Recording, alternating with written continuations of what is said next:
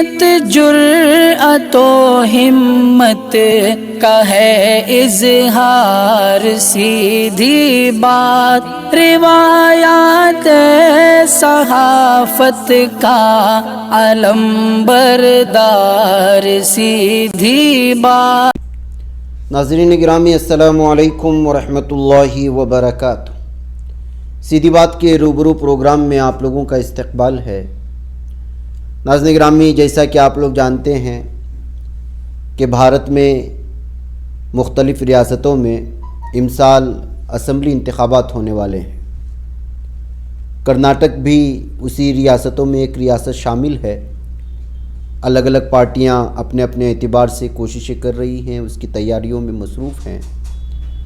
ऐसे में social democratic party of India जो SDPI है, उसने भी इमसाल पूरे रियासत कर्नाटक में कमोबेश 100 के करीब जो है कैंडिडेट्स यानी उम्मीदवार को मैदान में उतरवाने की कोशिशें जारी हैं, जद्दोजहद जारी है। ऐसे में हमारे देरीना साथी जनाब हन्नान साहब, अब्दुल हन्नान साहब से, जो कि गुज़िश्ता 25 सालों से समाजी फलाही काम करते आ रहे हैं और बेंगलुरु सतह पर, ज़िला सतह पर SDPI के काम कर चुके हैं, मुख्तलिफ़ ओहदों पर फाइज रह चुके हैं और इस वक्त फ़िलहाल जो है वो नेशनल वर्किंग कमेटी के मेंबर भी हैं SDPI के। और बेंगलुरु का एक मशहूर इलाका है सर्वज्ञ नगर। इमसाल जो आने वाले असम्बली इंतखाबात हैं उसमें वो SDPI की जानिब से उम्मीदवार भी बनेंगे। सही कहा हन्नान साहब? जी। तो जाहिर सी बात है कि अब आपसे समझना पड़ेगा SDPI पर लगने वाले इल्ज़ामात क्यों उतरवा जा रहा है। अक्सर ऐसी पार्टियों को निशाने पर लिया जाता है। क़ियादत को, सियादत को लेकर के सोचने की जो सलाहियतें हैं वो एक किस्म की जो है जज्ब होती जा रही हैं। जैसे कि आम तौर पर जो है जब भी इश्काल होता है तो SDPI की जानिब से वही जवाब आता है। मैं आपसे ये पूछना चाहता हूँ कि नॉर्मली मैं आपके जो है हल्के में बाद में आऊँगा कि वहाँ से आप क्यों जाना चाह रहे हैं, लेकिन नॉर्मल पूरे रियासत कर्नाटक की पहले बात कर लें कि जो है आपको नहीं लगता कि जो है अगर 100 हलकों पर उतारेंगे तो इससे फ़िरका परस्त पार्टियों को फ़ायदा पहुँचेगा, जैसे डिवाइड होंगे वोट वगैरह? सियासत में और डेमोक्रेटिक सिस्टम में पार्टियां बनाई जाती हैं वोट हासिल करने के लिए, और वोट हासिल किया जाता है कामयाब होने के लिए। इसी तरीके का एक परेशान कुन फार्मूला लास्ट टाइम भी अवाम के दरमियान प्रोजेक्टर लेकर मस्जिद मस्जिद दरगाह दरगाह जाकर फैलाया गया कि वोट तकसीम हो जाएगा। इसलिए बहुत सी पार्टियों ने अपने उम्मीदवार कम किए। खुसूसन social democratic party of India ने 2018 में सिर्फ 2 सीट डाले थे। 2 सीट डालने के बावजूद भी कर्नाटका में जब बीजेपी आ रही है और कांग्रेस के पास उतनी क़ुव्वत नहीं है कि बीजेपी को रोक सके, तो फिर हम मजबूतागी के साथ इश्यूज को लेकर अवाम के पास 5 साल काम किए हैं और फिर हम वोट लेंगे। डेमोक्रेटिक सिस्टम में वोट लेने के बाद ही नुमाइंदगी आती है, रोलिंग पार्ट मिलेगा या अपोजिशन पार्ट मिलेगा। एक और बात जो खलती है लोगों में, जो सवाल सामने आती है वो ये कि अभी हाल ही में PFI पर जो पाबंदियाँ आई हुई, जो हंगामे हुए, आप लोग आमतौर पर ये देखा जाता था, कहा जाता था कि PFI SDPI भाई भाई हैं, तो BJP एक पर पाबंदी लगाई, SDPI पे पाबंदी इसलिए नहीं लगाई कि जो है उससे BJP को फ़ायदा होगा, वोट काटने में SDPI उसको सपोर्ट करेगी। क्या इसका हकीकत से कोई लेना देना है? ये जो मुहावरे हैं ये कांग्रेस के अखिलेती लीडरान अवाम के दरमियान में फैलाने की कोशिश कर रहे हैं। कांग्रेस जो बहुत पुरानी पार्टी है उसे मालूम होना चाहिए कि सियासी पार्टी किसी सरकार के अंडर में नहीं आती। नहीं जी जी। कोई ऑर्गेनाइजेशन आ सकता है, कोई फर्द आ सकता है, कोई सोसाइटी आ सकती है। सियासी पार्टी किसी भी सरकार के अंडर में नहीं आती। सियासी party election commission of India जी उसके अंडर में आती है। अच्छा। यहाँ तक के रूलिंग करने वाली बीजेपी भी वो इलेक्शन कमीशन ऑफ इंडिया के मातहत में आती है। तो इसलिए हमें बैन करने का सवाल ही पैदा नहीं होता। बहुत पहले से ये कोशिश की गई कि उस ऑर्गेनाइजेशन के साथ हमारे को बार बार नाम लिया गया, चार्जशीट में लिखा गया लेकिन जुडिशरी ने और इलेक्शन कमीशन ऑफ इंडिया ने उसने इंसाफ किया, उन्हें हमें सियासी जो हमारी कार्रवाइयां थी, एक्टिविज्म था, उसे करने का पूरा मौका दिया है। तो ये एक भ्रम फैलाने के वास्ते ये सारी चीज़ें आप लोग कहते। अच्छा, आप ये हमेशा से कांग्रेस के अक़लियती लीडरान पर ये क्यों इल्ज़ाम लगाता है कि वो दीगर सेकुलर पार्टियां या ऐसी तंजीमें जो लीडरान उभरना चाहते हैं उन लोगों को आगे बढ़ने नहीं देना चाहते? अक़लियती लीडरान पर इसलिए हम उनको क्वेश्चन करते हैं, इसलिए उनके बारे में हम बोलते हैं, चूंकि उनको जो जिम्मेदारी पार्टी देती है वो काम अच्छे तरीके से नहीं कर पाते, मेहनत नहीं कर पाते, इसलिए वो आकर क्या करते हैं, सिर्फ इलेक्शन के दिनों में होलसेल में वोट लेना चाहते हैं। पार्टी उनको क्या चाहती है, उनके सिविक कम्युनिटीज के मसाइल हों, दीगर इश्यूज हों, 5 साल तक वो अवाम के दरमियान में रहें, काम करें। लेकिन इनको काम करने नहीं आता, पसीना बहाने नहीं आता, वर्किंग स्टाइल इनका सही नहीं है, पूरे एक वक्त में चौधरी बन जाते हैं, तो फिर अवाम इनके साथ जुड़ी हुई नहीं रहती।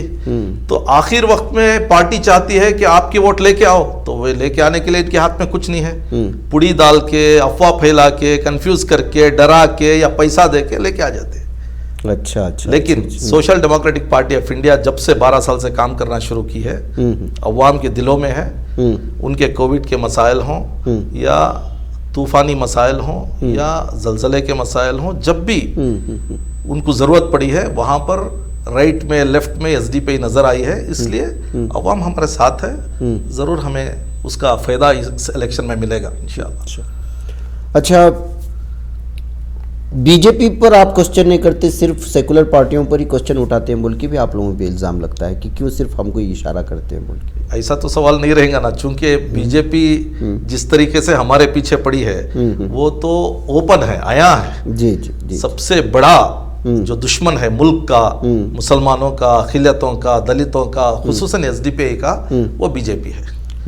बीजेपी हमारी एनिमी है, लेकिन कांग्रेस और जेडीएस हमारी दुश्मन नहीं है। हमारे इख्तिलाफात हैं उनके काम करने के स्टाइल को लेकर, उनके डिसीशंस को लेकर, उनके पॉलिसीज को लेकर हमारे इख्तिलाफात हैं, लेकिन उनसे हमारी दुश्मनी नहीं है, बैर नहीं। लेकिन बीजेपी से हमारी कट्टर दुश्मनी है, ये बीजेपी को भी मालूम है। जब भी अमित शाह इधर आते हैं तो हमारा नाम लिए बगैर उनको माइक से बाहर नहीं आते, वो स्टेज हाजिमा नहीं होता उनको। तो फिर ये एसडीपी के पास क्या सिर्फ मुस्लिम वोट है या उनके साथ दीगर जो है धर्मों से ताल्लुक रखने वालों की? शुरुआत तो मुस्लिम से ही किए थे, हमारी जो पार्टी की शुरुआत थी, लीडर भी, कैडर भी पूरे मुस्लिम से थे। लेकिन ये 12 साल में हमने जिस तरीके से उनकी मैयतें उठाई हैं, उनके आखिरी रसूमात को अदा किए हैं, और उनके घर को जाकर जब खाने की जरूरत थी, राशन कार्ड की जरूरत थी, वोटर लिस्ट की जरूरत थी, ये जो हमने काम किया है, ये होने के बाद अब फिल वक्त भास्कर प्रसाद, BR भास्कर प्रसाद हमारे स्टेट के जनरल सेक्रेटरी हैं, और पुट्टनजया, देवनूर महादेवा के भाई, अच्छा, देवनूर पुट्टनजया जो एजुकेशन डिपार्टमेंट में आला ओहदेदार पर थे, रिटायरमेंट के बाद वो हमारे साथ हैं। हमारे पास 300 ग्राम पंचायत मेंबर्स हैं, उसमें से तकरीबन 70 ग्राम पंचायत मेंबर्स नॉन मुस्लिम्स हैं जो कामयाब हुए हैं। अच्छा। और जहां भी हमें वोट मिला है, काफी वोट उनका भी हम लेने में कामयाब हैं। अच्छा। उनको समझ में आ गया कि मीडिया क्या कह रहा है और हमारा क्या है। हमारे लिटरेचर में हमने कभी किसी मजहब के खिलाफ नहीं बोला, किसी कैस्ट के खिलाफ नहीं बोला, हम अवाम मुखालिफ पॉलिसियों को उठाते हैं। अच्छा। किसी मजहब से, किसी कैस्ट से हमें बैर नहीं है। जब ये चीजें उनको क्लियर हो रही हैं तो धीरे धीरे हमारे साथ लोग आ रहे हैं। अच्छा, आप सर्वज्ञ नगर जा रहे हैं, वहाँ से कैंडिडेट बन रहे हैं जी। क्या यहाँ के आपने कोई ग्राउंड में कोई तफसीलात कलेक्ट किया है कि जो है लोगों को ये मसाइल लेकर के जाएंगे, और पुराना जो इस वक्त का हालिया MLA है या इससे पहले जो था वो काम नहीं कर पाया, ऐसा कुछ है आपके यहाँ शिकायतें? आपके पास, आवाम के पास तो जाना ही है। सर्वज्ञ नगर मेरा घर है। अच्छा। सर्वज्ञ नगर में 15 साल 20 साल वहाँ की तकालीफ को, वहाँ के मसाइल को मैंने बहुत ज़्यादा प्रैक्टिकली मैंने महसूस किया है।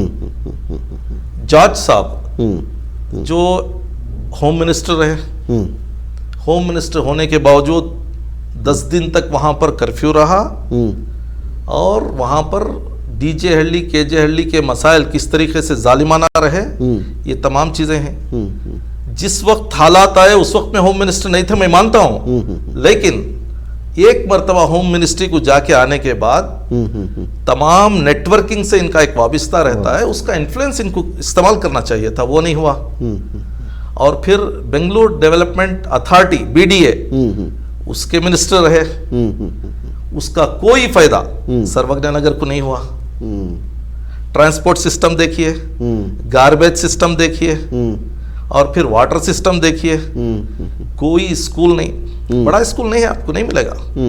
वहां की खस्ता हालत, उर्दू स्कूलों की खस्ता हालत। अब थोड़ा पेंटिंग चलेगी, दरवाजे क्लियर हो जाएंगे, टॉयलेट पार्क हो जाएगा, सब कुछ अब हो जाएगा। लेकिन 4-5 साल कैसे रहे वहां पर? कोई बड़ा कॉलेज नहीं है, कोई बैंक नहीं है, कोई बड़ा हॉस्पिटल नहीं है।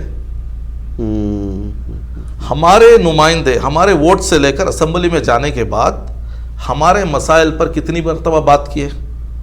नहीं बात। जॉर्ज साहब हिजाब के वक्त में कितना बात किए, हलाल के वक्त में कितना बात किए, अजान के वक्त में कितना बात किए, मैयतों को जब 200 साल मैयतों को बाहर निकाला गया जा रहा था उस वक्त में कितना बात किए? बात नहीं करेंगे। असल में ये लीडरान, इनके कारपोरेट स्टाइल है, बड़े बड़े बिजनेसेस हैं, वो मेंटेन करने के लिए एक पोर्टफोलियो चाहिए। वो पोर्टफोलियो यहाँ से आसान कहीं पे नहीं मिलेगा। चंद मदरसों को मेंटेन कर लिए, चंद अमायदीन को मेंटेन कर लिए, तो फिर सेक्युलरिज्म और कम्युनलिज्म का एक वावेला मचाया जाएगा। बीजेपी नहीं आना है सिर्फ इसलिए इनको 15 साल से वोट दे रहे हैं। और बीजेपी कहाँ तक आ गई? वक्फ बोर्ड में आ गई, माइनॉरिटी कमीशन में आ गई, सेंटर में आ गई, स्टेट में आ गई, अब मस्जिद कमेटियों में भी उनके नुमाइंदे आ रहे हैं। अब बीजेपी सिर्फ बाहर नहीं रही, अंदर तक आ गई है। तो आपको पूरी तरह खोखला कर देंगे, इसका मतलब यही है कि?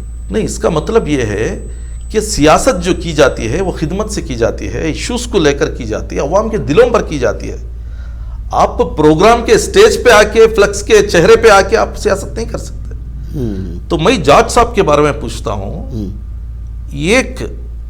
एक मर्तबा कभी इन मसाइल पर मीडिया के सामने आए हैं? वोटर्स के फेवर में कभी बात किया है? डीजे हल्ली, केजे हल्ली फसादात के बाद कितना जुडिशरी का मामला हो, मीडिया जो एक्टिविज्म उस वक्त में चला, हेट एक्टिविज्म चला, उसके बारे में हो, वहां पर जो औरतें बिलबिलाती औरतें उस वक्त में उनको दिलासा देने के बारे में हो, नहीं है, कुछ भी काम नहीं हुआ। उस वक्त में ये लोग नजर नहीं आते। अब फिर भी मुसलमान उन्हीं को वोट देते हैं ना। मसला मुसलमान को डराया जा रहा है ना, मुसलमानों को प्रोजेक्टर डालकर लैपटॉप में डराया जा रहा है, देखो भाई ये बहुत खतरनाक है, बीजेपी बहुत खतरनाक है, बीजेपी को नहीं आने देना है, इसलिए क्या करना है, इनको वोट देना, चोर सही कमजोर सही इसको दे दें ताकि ठंडी सांस ले ले। लेकिन मैं बोलता हूं बीजेपी नहीं आना चाहिए, ठीक है, 224 सीट्स में बीजेपी नहीं आना है, ठीक है, सही बात है, लेकिन एक दो जगह तो अपने नुमाइंदे बना लो। अपने नुमाइंदे का माना क्या है? तुम्हारे इश्यूज पर बात करने वाला, मीडिया के सामने, विधानसभा के बाहर, विधानसभा के अंदर, जुडिशरी में, पुलिस स्टेशन में, यहां पर कैसे डिसीजंस आ रहे हैं? हिजाब के बारे में कोई बात नहीं करेगा, पार्टी का स्टेट प्रेसिडेंट बोलता है। अजान के बारे में बात नहीं करेगा। ऐसी पार्टियों में आप 2-4 नुमाइंदे बना लेना चाह रहे हैं, 2-4 को बढ़ा लेना चाह रहे हैं, बना लीजिए, कोई उसमें बाहर नहीं है, लेकिन अपने तो रिप्रेजेंटेटिव्स चाहिए। उस पर कौन तवज्जो दे रहा है? उस पर कोई तवज्जो नहीं, कोई तवज्जो नहीं। सिर्फ यहां का मामला नहीं, आप देखेंगे पार्लियामेंट में पहले एक नुमाइंदा, एक रिप्रेजेंटेटिव होता था, किस तरीके से प्लानिंग के साथ, कितनी हिकमत अमली के साथ यहां पर वो रिप्रेजेंटेशन खत्म किया गया। आप देखेंगे खरगे साहब जो फिल वक्त कांग्रेस के प्रेसिडेंट हैं, वो जो कॉन्स्टिट्यूएंसी थी वो मुस्लिम कॉन्स्टिट्यूएंसी थी। इकबाल अहमद सडगी वहां से कामयाब होते थे, लेकिन चूंकि खरगे साहब को एमपी बनना था, लीडर बनना था, उसे रिजर्व किया गया। रिजर्व करने के वक्त में कोई लीडर ऑब्जेक्शन नहीं करेगा। अखिलेती लीडर्स इसलिए ऑब्जेक्शन नहीं करते कि उनको कुछ ना कुछ दे दिया गया है, किसी को एमएलए बना दिया गया है, किसी को काउंसलर बना दिया गया है। अगर ये सब नहीं हुआ है तो उनके कुछ ब्लैक धंधे हैं, कारोबार हैं, उसके बारे में एक शील्ड है। तो ये ब्लैकमेलिंग और ऑफर का सिस्टम चल रहा है। इसलिए मैं चाहता हूं, ये भी मैं मानता हूं कि वो पार्टियों में उतना जिम्मेदारी के साथ वो मसाइल नहीं उठा सकते। जब जमीर साहब थोड़ा बहुत बोलना शुरू किए थे तो उनको किस तरीके से साइडलाइन कर दिया गया, नोटिस इश्यू कर दिया गया। इसलिए मैं कहता हूं वो पार्टी के अखिलेती लीडर्स की मजबूरी है, वो बात नहीं कर सकते, चाहते हुए भी बात नहीं कर सकते। इसलिए जिसके मुंह में जबान है उनको तो बात करने दीजिए, उनके तो हाथ मजबूत कीजिए, उनको तो आगे बढ़ाना जी, चाहिए। जी। अच्छा, तो ये इलेक्शन आते ही कुछ तंजीमें सामने आ जाती हैं और वोट देने के लिए उनको जो है खाली इलेक्शन के मौके पर वो लोग आते हैं। ये लोग वाकई में क्या कौम के आपको जो है हमदर्द लगते हैं या फिर ये सिर्फ नहीं, इनकी नीयतें तो हमदर्दाना हैं, नीयतें तो अच्छी हैं, लेकिन पार्टियां इनको किस तरीके से इस्तेमाल कर लेना है वो कर लेती हैं। हमारे साथ वो लोग नहीं आते, इसलिए कि हमारे पास आएंगे तो मेहनत करना पड़ेगा, पैसा खर्चा करना पड़ेगा, डोर टू डोर जाना पड़ेगा और फिर उनको हिम्मत अफजाई करना पड़ेगा, कॉन्फिडेंस, ये बहुत बड़ा पैकेज उनसे नहीं होता। पसीना बहाना नहीं चाहते वो, इसलिए किसी होटल में बैठे जीतने वाले को जिताओ बोलने के लिए बहुत आसान काम है, तो फिर वो आसान काम कर लेते हैं। फिर उनकी माला इनके गले, इनकी माला इनके गले, दावत खाओ, फिर वो खामोशी के साथ क्या क्या चल रहा है मैं तो इधर बोलना नहीं चाहता। अच्छा, तो अब 100 हलकों में आपके उम्मीदवार आएंगे, कितनी तैयारियां हुई हैं आप लोगों की? तैयारी हमारी पार्टी बनाने के वक्त से हमारी तैयारी है, सिर्फ इलेक्शन की तैयारी नहीं है। हमने कैडर्स बनाए, मेंबर्स बनाए, इश्यूज को लिया, महीने के 30 दिन हमारा कैडर, हमारा कार्यकर्ता इश्यूज में रहता है, उसको हमने सोशली और इलेक्टोरली हमने उसको ट्रेन किया, तैयार किया, बूथ लेवल का डाटा हमारे पास है और हम उनके पास जा रहे हैं, मेहनत कर रहे हैं और वो लोगों को समझ में आ रहा है। चूंकि ग्राम पंचायत का हमारा जो 5 गवर्निंग काउंसिल्स है वो, और हमारे 34 काउंसलर्स और कारपोरेटर्स, स्पेशली मुजाहिद पाशा सिद्धापुरा के, इनका जो वर्क चार्ट है, प्रोग्रेस है, देखने के बाद अवाम के अंदर कॉन्फिडेंस आ गया है। और हमें कम्युनल बनाने की जो कोशिश कर रहे हैं वो हम कम्युनल नहीं है, हम किसी मजहब के खिलाफ हम बात नहीं करते, सबकी इज्जत, सबका रेस्पेक्ट, लिंगायत हो, वक्कलिगा हो, दलित हो, क्रिश्चियन हो, सिख हो, मुसलमान हो, सबको हम एक निगाह से देखते हैं। हर एक की भूख भूख है, हर एक का जॉब का मामला है, महंगाई है। इन मसाइल को लेकर जब हम अवाम के सामने जा रहे हैं तो उनको क्लियर हो गया, मीडिया अलग बोल रहा है और इनकी हकीकत अलग है। अच्छा, तो हनन भाई, बहुत बातें आपसे हुई, आपसे गुफ्तगू होती रहेगी। आपके पार्टी के सिलसिले में क्या तैयारियां चल रही हैं, आपके दीगर जो कैंडिडेट्स हैं उनसे भी हम लोग बात करने की कोशिश करेंगे। जब आपकी तैयारियां होंगी, आपकी ग्राउंड लेवल की सतह के भी कुछ सवालात आप उनके सामने वक्तन फ़वक्तन में करता रहूँगा। इस वक्त तवील हो चुका है, मुझे और हमारे नाज़रीन को इजाज़त दे। तो नाज़रीन गिरामी, SDP पूरी तरह से मैदान में उतर चुकी है। हर पार्टी के सोचने का अपना अलग अलग अंदाज़ है। अब देखना यह है कि जो है कर्नाटक के अगले आने वाले असम्बली इंतखाबात में कौन से पार्टी किस तरह की तैयारियाँ करती है और कौन आगे बढ़ती है। फ़िलहाल मुझे और हन्नान भाई को इजाज़त दें। अस्सलाम वालेकुम रहमतुल्लाहि व बरकातुहू। तकमीली तलबीना, ताकत, सेहत और शिफा के लिए सुन्नत और तिब्बे नबवी का बेहतरीन नुस्खा। नाजरीन, क्या आप भी खुशहाल मालदारों की तरह कामयाब बिजनेस करके हजारों और लाखों रुपए कमाना चाहते हैं? अगर आपकी हाँ है तो आज ही से अपने इलाके में तकमीली तलबीना का आसान बिजनेस करना शुरू करें और चंद ही महीनों में कामयाब बिजनेसमैन बनने के तरीके बेहतरीन तजुर्बों के साथ सीखें। बिजनेसमैन बनने का ये मौका कहीं आपके भी हाथ से चला न जाए, इसलिए अभी हमसे राब्ता करें। 9890963757। Takmili food products private limited, Malegaon, India. बच पाता है कोई सहाफी की निगाहों से, मिलाता है ये लोगों को मोहब्बत की पनाहों से। करम और दर्द मंदी का है एक संसार, सीधी बात। अजीमत जुर्अतो हिम्मत का है इजहार, सीधी बात। अजीमत जुर्अतो हिम्मत का है इजहार, सीधी बात। ये चैनल हक निगर बनकर कुचल देता है फितनों को।